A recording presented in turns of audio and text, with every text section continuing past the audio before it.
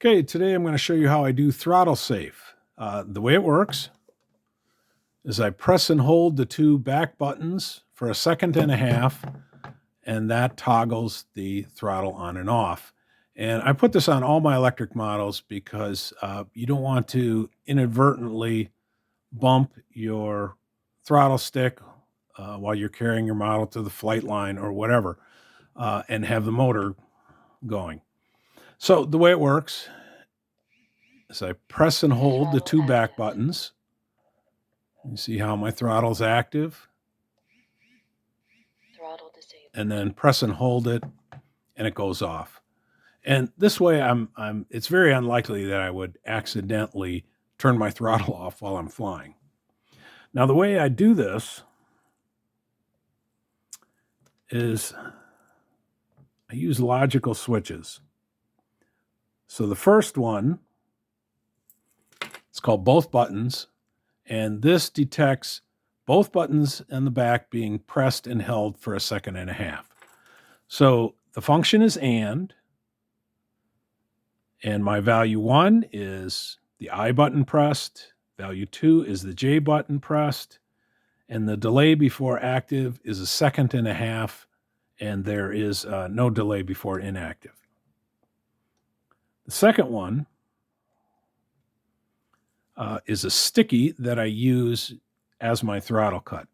So the name is Thract. The function is sticky. The on condition is both buttons going positive, that logical switch. And the trigger for off is the same thing, both buttons. And there is no delay built in there. And the last one, this is just like both buttons, but there's no delay. And I use this to trigger haptic. So it's called I and J pressed. The function is and. The values, again, are pressing the I and J button, but you can see there is no delay. Then there are some special functions that go along with it. So for I and J, this gives me haptic. So sometimes you can't hear what's going on, or it's not apparent that you've pressed and held both buttons. This way, it gives me some haptic feedback to know that I've done it. So the active condition is I and J pressed, and I have my strength, and it repeats every second.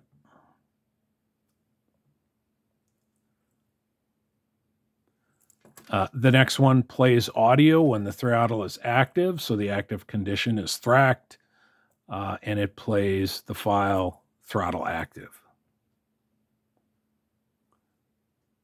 And then the last one is the inverse of throttle active. So when throttle active is inactive, it plays throttle disabled.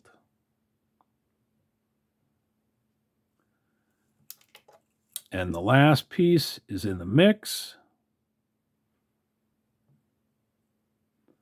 And so for my throttle cut, I am using whenever throttle is not active, so I'm using the inverse of Thract, the throttle is set to 0. I have a trigger value of minus 85%, and that way, if I was flying and for some reason I accidentally pressed and held those two buttons, the throttle cut would not be active until the throttle was lowered below 85%.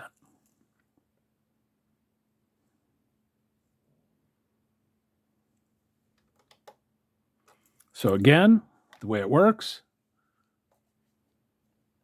throttle is inactive as it starts. You press and hold the buttons. Throttle active. Throttle becomes active.